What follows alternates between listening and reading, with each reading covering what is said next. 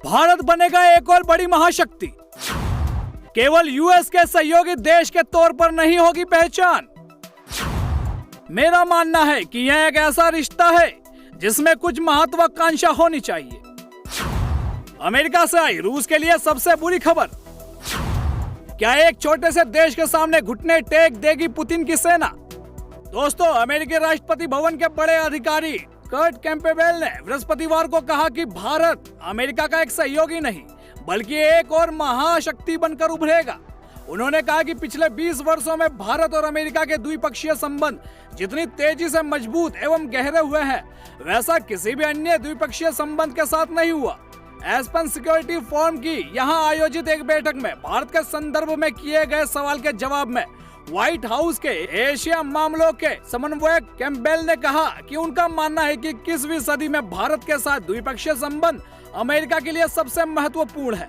White house के शीर्ष अधिकारी ने कहा, यह एक ऐसा तथ्य है कि मैंने पिछले 20 साल में अमेरिका और भारत जैसे कोई द्विपक्षीय संबंध नहीं देखे जो इतनी तेजी से गहरे एवं मजबूत हो रहे हैं। उन्होंने कहा कि अमेरिका को अपनी क्षमता का और इस्तेमाल करने की जरूरत है और प्रौद्योगिकी व अन्य मुद्दों पर एक साथ काम करते हुए लोगों के बीच आपसी संपर्क कायम करने की आवश्यकता है। कैम्पबेल ने कहा, भारत अमेरिका का एक सहयोगी नहीं होगा, वह एक स्वतंत्र शक्तिशाली देश बनने की इच्छा रखता है और वह एक और महान शक्ति बनकर उभरेगा। कैम्पबेल ने कहा, मेरा मानना है कि यह एक ऐसा रिश्ता है जिसमें कुछ महत्वाकांक्षा होनी चाहिए। हमें उन क्षेत्रों पर गौर करना चाहिए जहां हम एक साथ काम कर सकते हैं, चाहे वह अंतरिक्ष हो, शिक्षा हो, जलवायु हो या प्रौद्योगिकी हो। हमें इस दिशा में आगे बढ़ना चाहिए। उन्होंने कहा, अगर आप पिछले 20 वर्षों में नजर डालेंगे और उन बाधाओं पर गौर करेंगे जिन्हें पार किया गया है और हमारे दोनों पक्षों के बीच संबंधों की गहराई देखेंगे तो यह उल्लेखनीय है। उन्होंने जोर देकर कहा कि भारत अमेरिकी संबंध केवल चीन को लेकर चिंता के कारण नहीं बने हैं।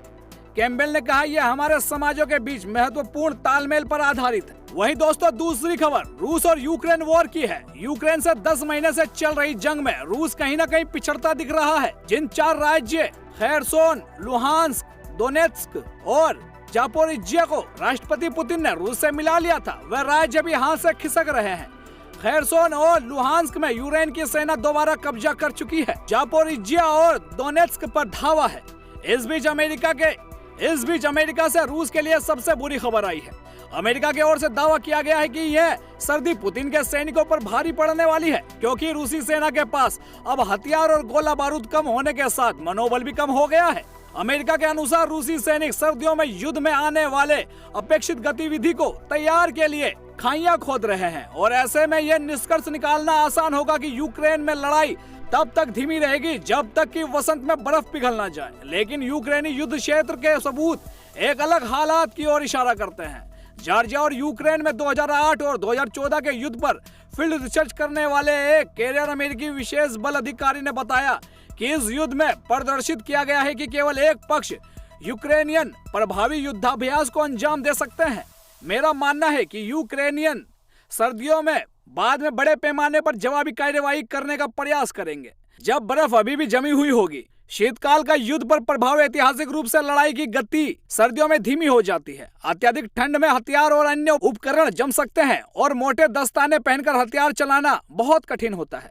दोस्तों, आपको हमारी यह जानकारी कैसे लगी अपने कमेंट में जरूर बताइएगा और वीडियो को शेयर जरूर करिएगा। जय हिंद, जय भारत।